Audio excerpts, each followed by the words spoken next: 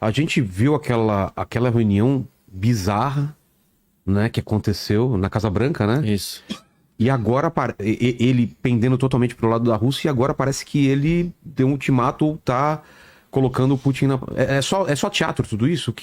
Vou fazer uma linha do tempo, desde que ele assume a presidência, o Trump. Que ele falou que ia terminar em um dia, ou ele Isso, falou do 24 Israel, horas. 24 horas.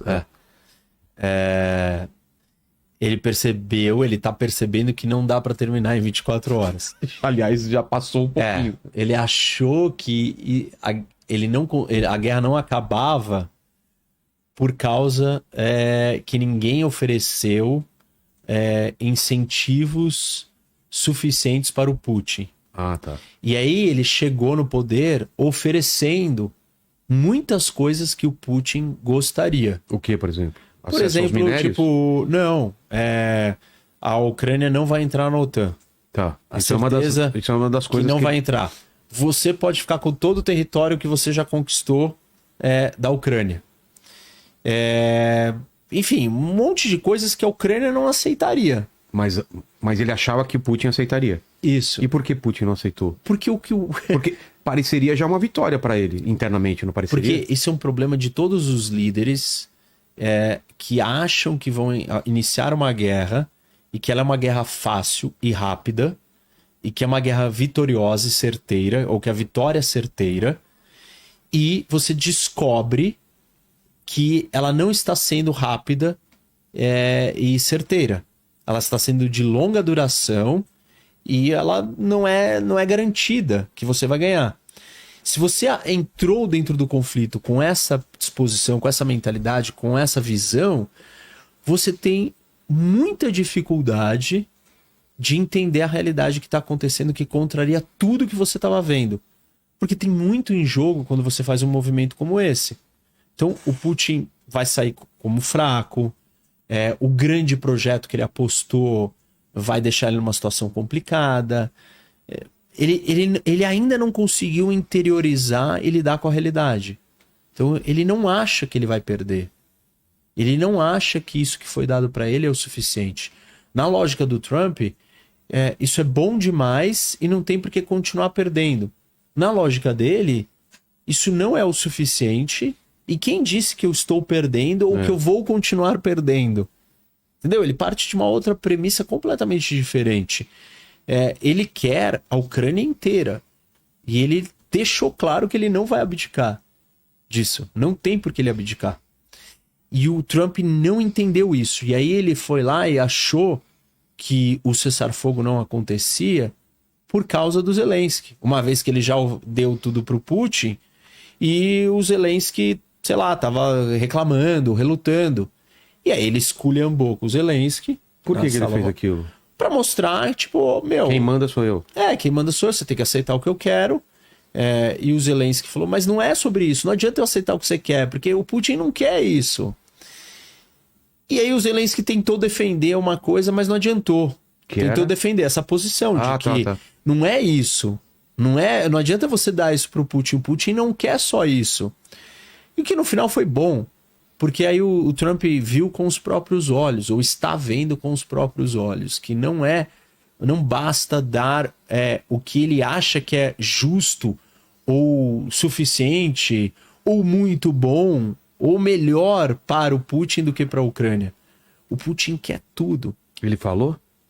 É o que ele deixa claro. É o que ele diz, né? Ele não aceita, se ele não aceita todas essas coisas, tá querendo mais. E ele continua dizendo que ele quer outras coisas e continua agindo para ter essas outras coisas, ele deixa claro que ele quer tudo. E aí tudo o Trump tá falando, aí o Trump tá percebendo, tudo não dá para eu dar para ele. E tem uma pressão também da União Europeia, dos países? De não querer dar tudo, claro, né? Porque eles sabem o que vai acontecer se der tudo. Ele fechou a torneira depois daquela reunião? O Trump, na hora, imediatamente, ele tirou a compartilhamento de inteligência e isso deixou a Ucrânia numa situação ruim. E a Rússia se aproveitou disso? Se aproveitou, mas nada que mudasse a história da guerra por completo. quando o Putin viu isso, ele percebeu e falou assim, ótimo, Estados Unidos está do meu lado. os Estados Unidos está do meu lado, os Estados Unidos eventualmente vai abandonar a Ucrânia e aí eu vou ganhar. Então eu posso ficar cozinhando o Trump, que ele vai continuar conduzindo as coisas para esse lugar. E cada vez vai me dar mais coisa. E cada vez eu consigo andar mais e mais perto e uma hora eu vou falar, desculpa, eu não preciso mais fazer cessar-fogo porque eu conquistei o país inteiro. Porque eu ganhei a guerra. E ele sim está ganhando a guerra. Hoje, o Putin. Então ele também não tem porque ele achar que ele precisa aceitar menos. Entendi. E o que aconteceu? Falando, claro, da cabeça dele, né? Óbvio, do ponto de vista dele. Do ponto de vista racional de qualquer pessoa que estivesse nessa posição. Se você tá ganhando, por que você vai aceitar menos agora? Você não tem por que aceitar menos. E aí o Trump, o que o Trump fez? O Zelensky recuou e falou, não, tá bom, então eu aceito tudo isso aí que você quer. E nem assim o Putin foi pra mesa.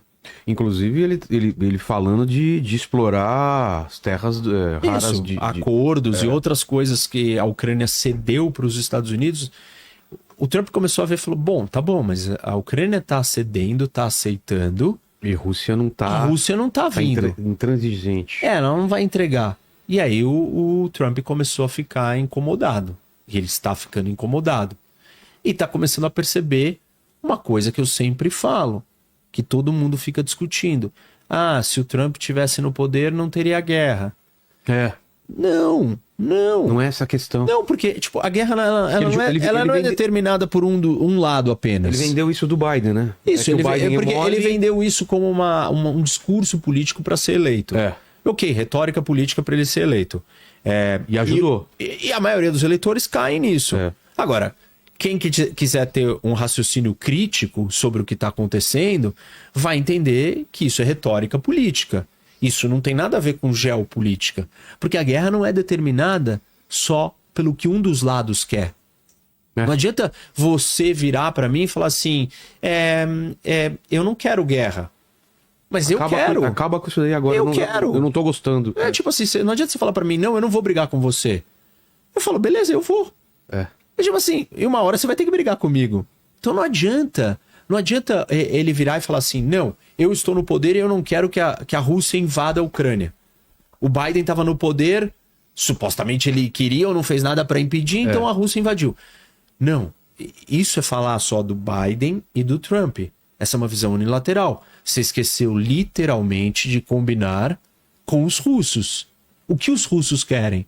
O Putin quer invadir ou não? O Putin tem desejos, tem ambições, tem projetos, tem planos, tem estratégias, tem coisas que ele vai fazer.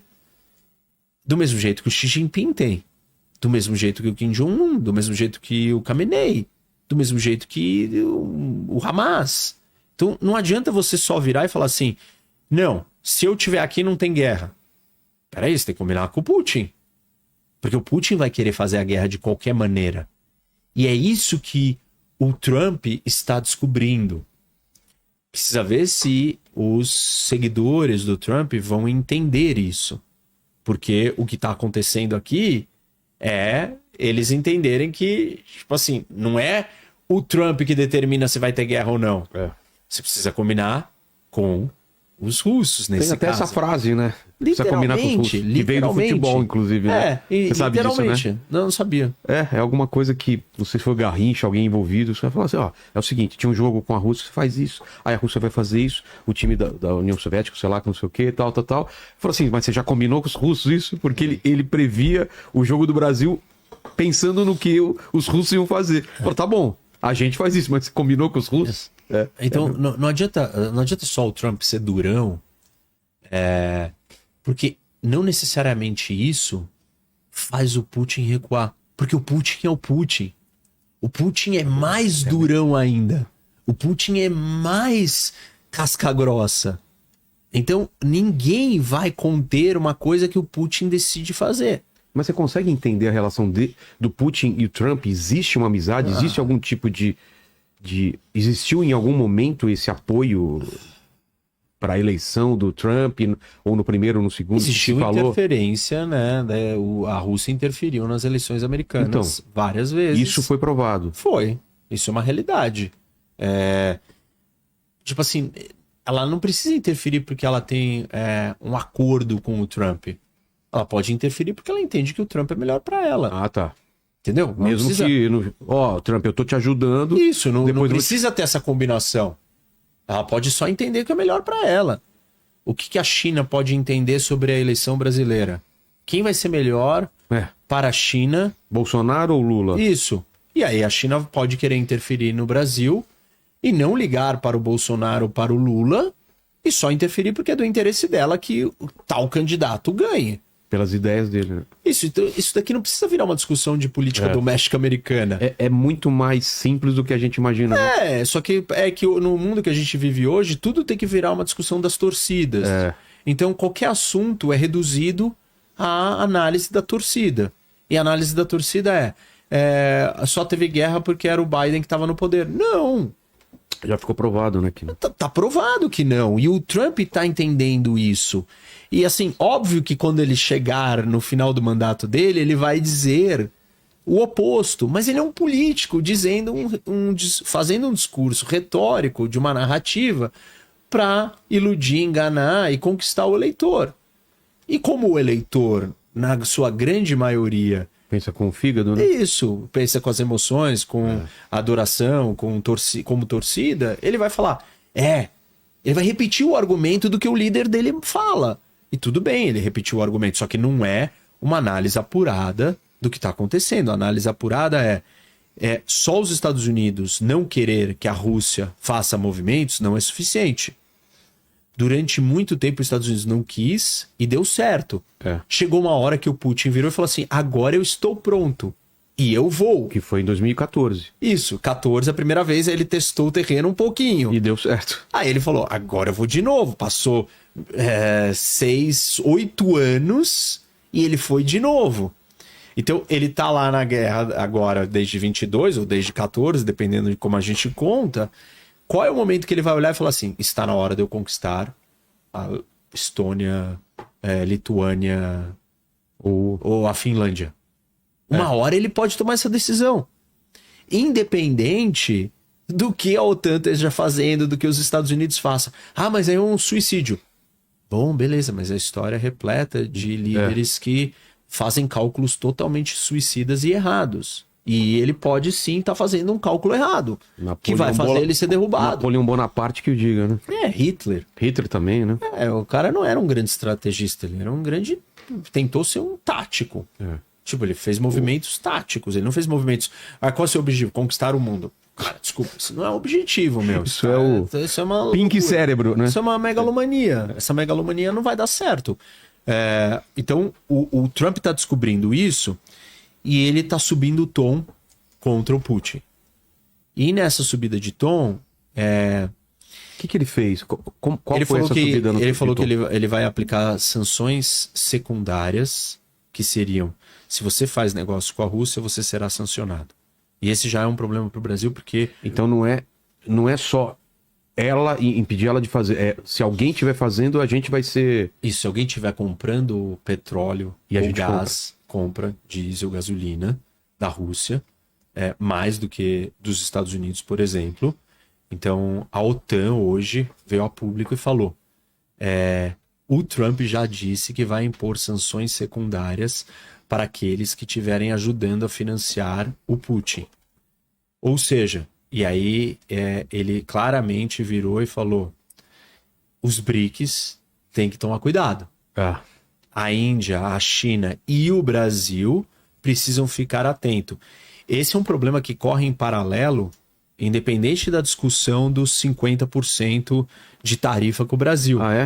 Porque essas sanções, elas são para países que compram o petróleo ou gás da Rússia, dizendo, eu vou sancionar os países que comprarem o petróleo ou gás russo. E os 50% está relacionado a outra discussão, que a gente vai falar disso com outro, tipo assim, tem 1000 explicações para isso, mas o fato se o Trump fizer isso, o Brasil vai ter um outro problema, porque ele vai ser punido numa outra forma, ele não vai poder mais comprar esse petróleo, esse diesel, essa gasolina da Rússia. porque ele vai sofrer outras sanções. Para se livrar das sanções, tem que fazer isso. Claro que a grande pergunta é: o Trump vai levar isso ao cabo, adiante, ao fim? Provavelmente não, porque ele pressionar a China e a Índia a não comprarem o gás e o petróleo da Rússia é uma medida bastante forte. Pô, E duvido que Rússia e Índia aceitem isso numa boa. China e Rússia. China e Índia. Não vão China e aceitar. Índia aceitem isso numa boa, entendeu? Então, o Brasil talvez está numa posição Mais fragilizada, muito menos fortalecida para contestar um negócio desse. Mas é uma ameaça. A ameaça está na mesa.